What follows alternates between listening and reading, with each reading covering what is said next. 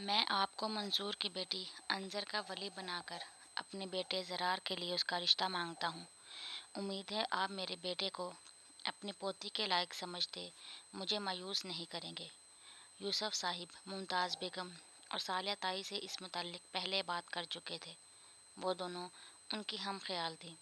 حسیب صاحب سے انہوں نے قبرستان سے واپسی پر صلاح مشورہ کیا تھا۔ تم پھر وہی بات لے کر بیٹھ گئے ہو، یہ کسی طور پر بھی مناسب نہیں ہے۔ دادا جان ناگواری سے پہلو بدلتے بولے۔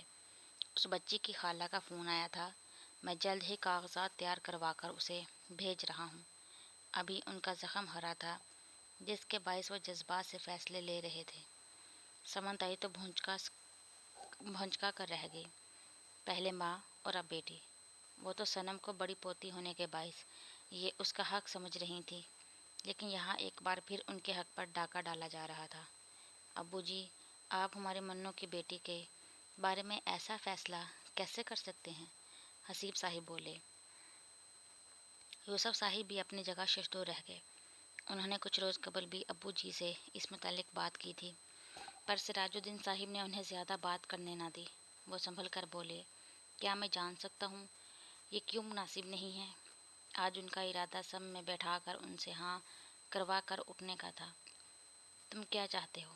اپنے بیٹے کے بعد اب اپنے پوتے کو آگ میں جھونک دوں؟ ہم نے اپنا سونے جیسا بیٹا دیا تھا جس کو اس ڈائن نے مٹی کر دیا۔ وہ کچھ جلال سے بولے۔ ماتھے کی ابری ہوئی رگ ان کے غصے کی نشاندہی کر رہی تھی۔ ایسے مت کہیں۔ ان کی بات سنتے ممتاز بیگم رونے لگیں۔ ان کا دل و دماغ اب کسی بھی قسم کے صدمے کو قبول کرنے سے قاصر تھا۔ صالحہ تائی نے اٹھ کر ان کے کندھے پر ہاتھ رکھا۔ ابو جی، وہ ہمارا خون ہے، وہ ادھر ہی رہے گی۔ میں آپ کو اسے انجان لوگوں میں نہیں بھیجنے دوں گا۔ ہم کون سا بچی کی خالہ سے ملے ہیں، نہ جانے کیسی ہو۔ میں اپنی بھتیجی کو کسی صورت اوروں کے رحم و کرم پر نہیں چھوڑوں گا، مضطرب بیٹھے یوسف صاحب نے اٹل لہجے میں کہا۔ نہیں چھوڑ رہے، بس وہ اس کی پرورش کرے گی، خرچہ سارا اس کا پاکستان سے ہی جائے گا۔ اب کہ وہ ذرا آرام سے بولے۔ پر کیوں ابو جی؟ آپ اسے اپنوں سے کیوں دور کر رہے ہیں؟ ان کا لہجہ متاسفانہ تھا۔ کیسی باتیں کرتے ہو، اپنوں میں ہی جا رہی ہے، انہوں نے سمجھایا۔ لیکن یوسف صاحب نے کچھ کہنا چاہا پر خاموش ہو گئے۔ یوسف بھائی، یہ شادی بیاہ کی عمر نہیں ہے، آپ اسے جانے دیں۔ یہاں پر ہدی کی بیٹی کی کوئی جگہ نہیں ہے۔ سمن تائی شوہر کے خاموش رہنے کے اشارے کو نظر انداز کرتے بولی۔ صالحہ تائی ہمیشہ کی طرح خاموشی سے ساری کارروائی دیکھ رہی تھی۔ ان کے نزدیک شوہر کی خوشی میں ان کی خوشی تھی۔ اتنے دنوں میں دیکھ چکا ہوں منصور کی بیٹی کی اس گھر میں کوئی جگہ نہیں ہے، لیکن میری بہو کی حیثیت سے اسے سب اس گھر میں قبول کریں گے۔ آگے ہو کر بیٹھتے وہ سب کو دیکھ کر گویا ہوئے۔ کہتے ہوئے انہوں نے منصور کی بیٹی پر زور دیا۔ کافی دیر اس بات پر بحث ہوتی رہی۔ آخر میں تنگ آ کر سراج الدین صاحب نے ممتاز بیگم کو دیکھا کہ ان کی اس بارے میں کیا رائے ہے۔ آپ اسے صرف منصور کی بیٹی کر کے دیکھیں۔ وہ صرف ہدی کی بیٹی نہیں بلکہ ہمارے بچے کی آخری نشانی بھی ہے۔ مجھے اس میں میرا منصور نظر آتا ہے۔ ان کی نظروں کا مفہوم سمجھتے وہ گلوگیر لہجے میں بولی۔ دادا جان کچھ دیر خاموشی سے سوچتے رہنے کے بعد گویا ہوئے۔ ٹھیک ہے، فیصلہ تو تم سب پہلے ہی کر چکے ہو۔ انہوں نے وقتی طور پر ان سب کو ٹالنا چاہا۔ ان کی بات پر ماں سوائے سمن تائی کے سب نے سکون کا سانس لیے۔ سمن تائی کا اوپر کا سانس اوپر اور نیچے کا نیچے رہ گیا تھا۔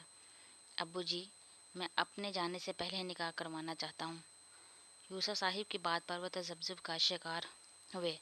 ابھی دونوں بہت چھوٹے ہیں، وقت آنے پر نکاح کر دیں گے۔ جی میں جانتا ہوں، اگر منصور حیات ہوتا تو بات اور تھی، لیکن اب حالات بدل گئے ہیں۔ انہوں نے اپنا نقطہ نظر بیان کیا۔ سمن تائی احتجاج کے طور پر تن فن کرتی وہاں سے اٹھ کر چلے گئی۔ تمہیں ہم پر بھروسہ نہیں ہے؟